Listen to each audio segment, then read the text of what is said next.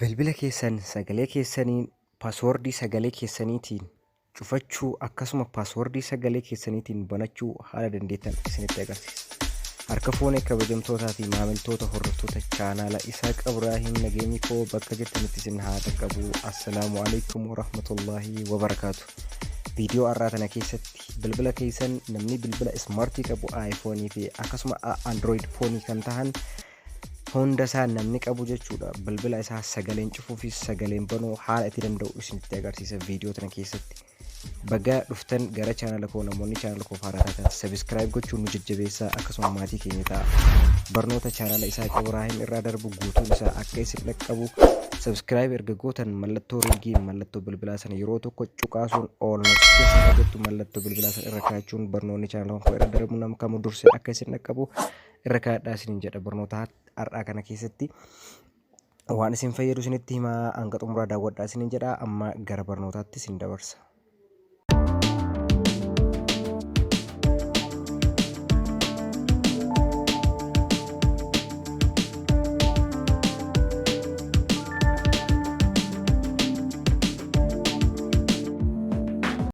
Hayyee amma appilikeeshinii bilbila sagalee keessanii ittiin cuftan akkasuma sagalee keessanii ittiin bantan appilikeeshinii tokkotu jira jechuudha. Appilikeeshinii amma as biratti argitan kana jechuudha. Appilikeeshinii voice screen lock jedhama. Play Store irraa buufachuu dandeessan jechuudha. Akkasuma Android irra jira. Launcher Epic jedhamu achirraa buufachuu dandeessanii garuu Telegram kan koo irra isiniif kaa Telegram kan koo irraa buufattan jechuudha. Kanaaf Telegram kan koo bira dhaqaa buufadha. Telegram kan koo immoo description box keessa isiniif kaa'eera jechuudha. Kanaafuu amma appilikeeshinii kana yeroo tokko kilik gootanii bantanii jechuudha. Ni bantanii haala kanaan isinii fida. Achi booda eeyyama hunda isaa tokko tokkoon kennitaniif aloo gootanii amma waan asitti argitan kana isinii fida jechuudha. Tokko tokkoon isinii fida jechuudha waan amma asitti argaa jirtan kana. Achi booda tokko tokkoon kan calqabaa kanarraa kaatanii sirreeffattanii jechuudha. Calqaba irratti lock status ka jedhu kana kilik gootanii bantan jechuudha. Isa calqabaa kana kilik gootanii ni bantanii haala kanaan isinii fida. Achi booda eeyyama kennitaniif jechuudha. As biratti eeyyama kennitaniif yeroo tokko kilik gootanii eeyyama kennitaniif achi booda ammallee allow ka jedhu kana kilik gootan jechuudha. Achi booda waan amma isiniif fidu kana recovery question jedha. Select recovery passcode jedha. Password yoo katasaa kan irraanfattan ta'e kan lammataa kan isin jalaan banne asitti guuttadha jedha. Fakkeenyaafan 1330 jedhee haa guuttadhu jechuudha. Achi booda okay jedhaan isin kan barbaadan guutattanii kan daganne jechuudha. 1330 achi booda save kana tuqa jechuudha. Achi booda set pin ka jedhu kun as biratti waan naa dhufe kana hubachuu qabdu jechuudha. Your default password is hello jedha.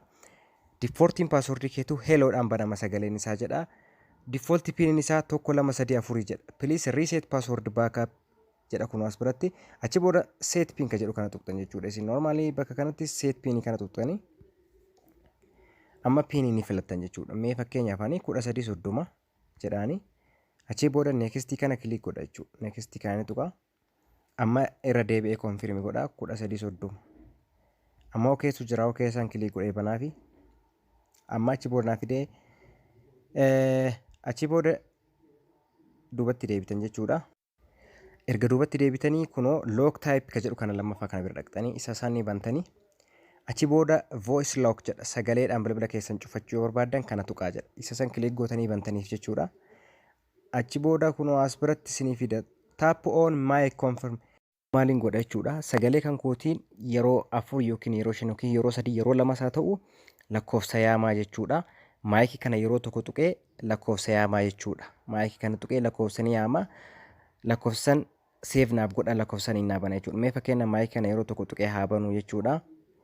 Amma lakkoofsa itti guuta jechuudha. Mee fakkeenyaaf hayyee amma erga maayikii yeroo tokko tuqee lakkoofsa haa yaamu mee lakkoofsa paaswordii kootii 1330 haa godhu mee fakkeenyaaf